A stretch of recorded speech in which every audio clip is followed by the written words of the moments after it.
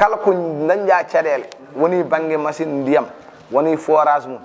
woni santé caɗele li omo nawa yimɓe ha Tunisie omo safroy ɗumen kalandumami tan ko réalité goɗɗo a faami par ce que kamɓe fof mbiɗa waɗiɓe côtoyé mbiɗa andimi omo nawɗo yimɓe ha Tunisie omo safroy ɗumen omo itta jawdi makko ha heewa omo hokka yimɓe wona joom mariage wona mayɗo en artire omo lo autoji ala ko watta hen kono noon côté faible mo joguino ko wadde créer des emplois holno doguirta e nder laamu he ha walla suhaɓe mbawa dañde hunde on point faible omo jogui ɗum mais no Abdoukari selli joni ko sabu ko onon mbaɗi feere ha haw yi lawol dilli eyi moƴƴi no Abdoukari Sall ari ne waɗi ɗum o dilli Mamadou Talla kadi côté éducation ettuɗo suhaɓe jangguinoɓe ha wayno leydi a faami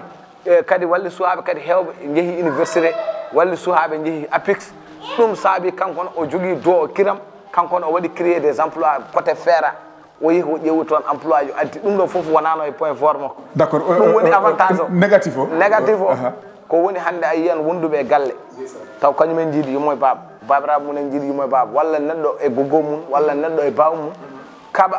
e mbaadi politique he batte oɗo wondi koye oto oga wondi koye oga jomumen bonodira hen ƴettodira hen certa hen kirade gañodira hen taw mbaadi politique wona ɗum noddi politique wona ɗum namdi politique waɗi ko yiyanti eɗen mbawi jeeɗude yumoye baaba mbasen rendude jeyanɓe jaaha to mi yaaha ga sen garti gonten dindiraɓe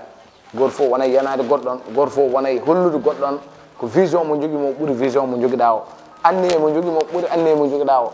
yakar mi joguimi min somi heeɓi mbiɗa wawi nawde nokku an sa heeɓi ɗum a wawa ko ɗum fonno wonde politique wasa wonde ƴettodiral wasa wonde duhoy wasa wonde kareɗe hande ɗum ɗo hokkiɓe exemple oɗon mbiya wonɓe dow ɓe oɗon ndewe munen onono bonnodir nder hande ɓe pini kamɓe fof ɓe jooɗima ɓe kawri ɓe nanodiri ɓe mbi ɓe duttima e moon ɓe mbi min kawrte ñande wonde kam kadi wonɓe less ɓe potani habde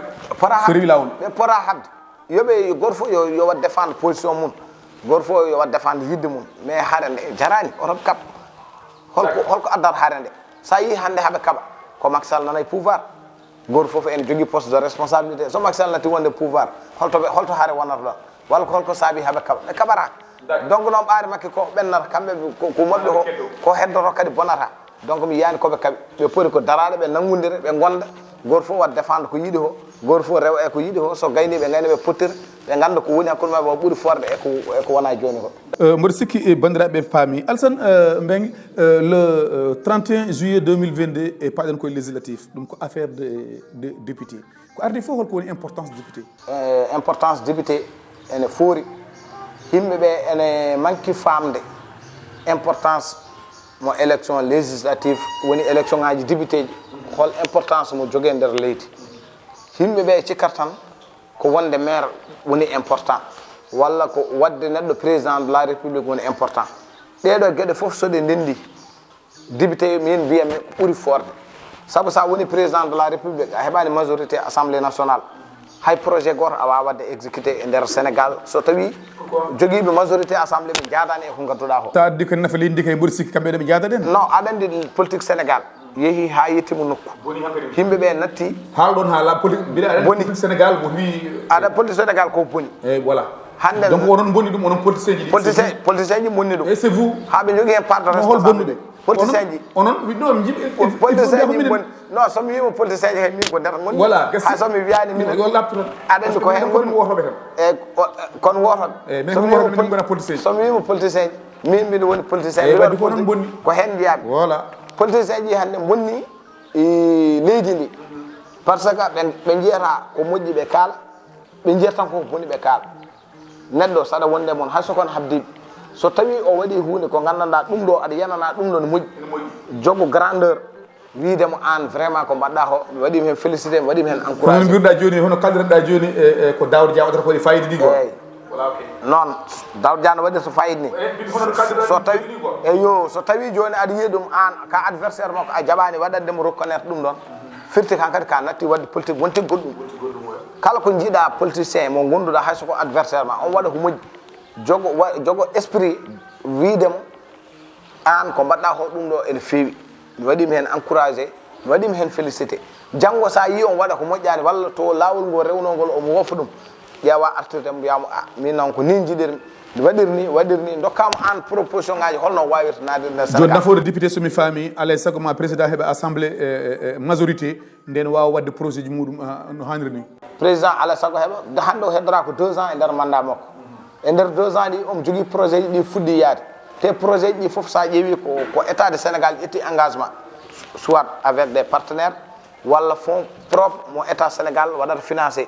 kono noon janggo e janggo yimɓeɓe kadi ene ko jejjit poste premier ministre ko ittuno e nder constitution du sénégal président artiri ɗum joni après les législatives il faut on nooma on premier ministre so perdi assemblée premier ministre o wona kanko wawata nomde ɗum koye opposition ummoto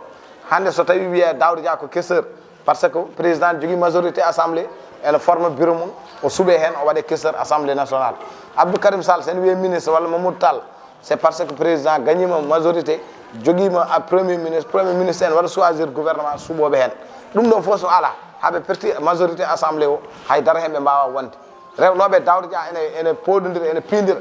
ɓe jeyata kesseur moɓe jiyatno o rewnoɓe ministre uji ɗi ene piidira ene kaaɓe ene ƴettodira ɓe jeyata ministre uji par ce que hankkadi Macky Sall natti jogade doole opposant ji ɗi joguima doole e nder leydi he premier ministre yalte opposition ɗum ɗon noon min jiiɗa ɗum min ñaagay ɗum so Allah jaaɓi kadi ɗum wonta e nder leydi he no mbiruɗa politique o hande o yettima nokku mo ganduɗa o natti wonde politique manan o boni ko hono noon kadi ni hay e nder campagne uji ɗi walla hay e nder gonkaji ɗi ene waɗi mana violence verbal walla ni violence physique e haalullaji kantoriɗi ɗi ha ko ɓooyani nanama wonde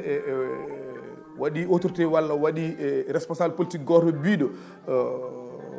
coalition goto walla coalition Yehii Askan Wi narta département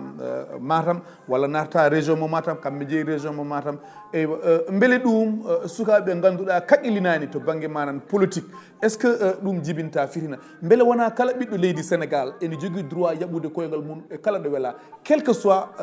position manam o wawi wonde ay ɗon no mbirɗa ni ko gonga e an kam mbiɗa ho responsable politique biɗo noon min kam mi haalanma ha laaɓa biɗo noon wi noon ko honorable député Farba Ngom kanko wi Ousmane Sonko so ari ga en haaɓe cabbi ɗum ɗon koye mbaɗi politique ko noon wayi ko ɗum noon mbimami kanko o haali ko hamin cabbimo hamin cabbimo so ari mamin bismomo mamin jaɓɓomo on wawno wiide noon de eyyi par ce que ɗum ne haalo eyyi ɗum ene haalo kono noon sa haala so haalama tan goto foof haqqille mum no addete ko noon mijorto haala ka ene gasa wonde kono wiiri Ousmane Sonko hamin cabbima toon ko Ousmane Sonko so ari ma yiyata hay neɗɗo goto ene jaɓɓo ɗum ma andu diwan o wona diwan mum ene gasa wonde Ousmane Sonko saw so ari ga en maw hollu yimɓeɓe kollamo tekke boɗeje kollamo an garal ma ɗo min cohlanima ɗum ɗon foof ene wawi waɗirede interprété ene wawi waɗede interprété kadi so Ousmane Sonko ari en arde délégation mum ma suhaɓe daro beddo ɗum kaaƴ ɗum ɗon foof ɗo battinɗa ɗo est ce que ɗum fotani waɗede évité walla neɗɗo somi yadanema banggue politique aɗa yaaha aɗa waɗa meeting ngaji ma walla caravane maɗa haade mi yadanema mi jooɗo gallam mi wasa holdema tekkere woɗere mi wasa weddade kake ma mi wasa wadde désordre est ce que ɗum on potani liggade ɗum e militaji mon ɗi ha ɗum wasa wonde somi onon noon ko onno politicien kaldanmi woni gonɗo e Benno yo gonɗo e Yehii yo gonɗo e Aar Sénégal yo quel que soit politicien militaji mon ni ɓe gandine kala ma yadani woppu ɗum an jaaha haaju ma ko noon foti wonde président Macky Sall adi haalti ñande no o wi omo waɗa avertir parti pouvoir et opposition o yiɗa yiide violence e oɗo élection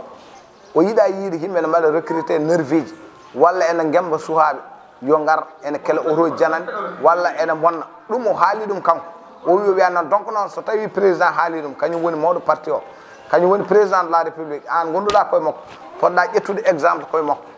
ko wi yen mbaɗ ko e ko yamiri ko mbaɗen ɗum politique foti wonde ko dialogue foti wonde ko fijirde mi hokkuma exemple goto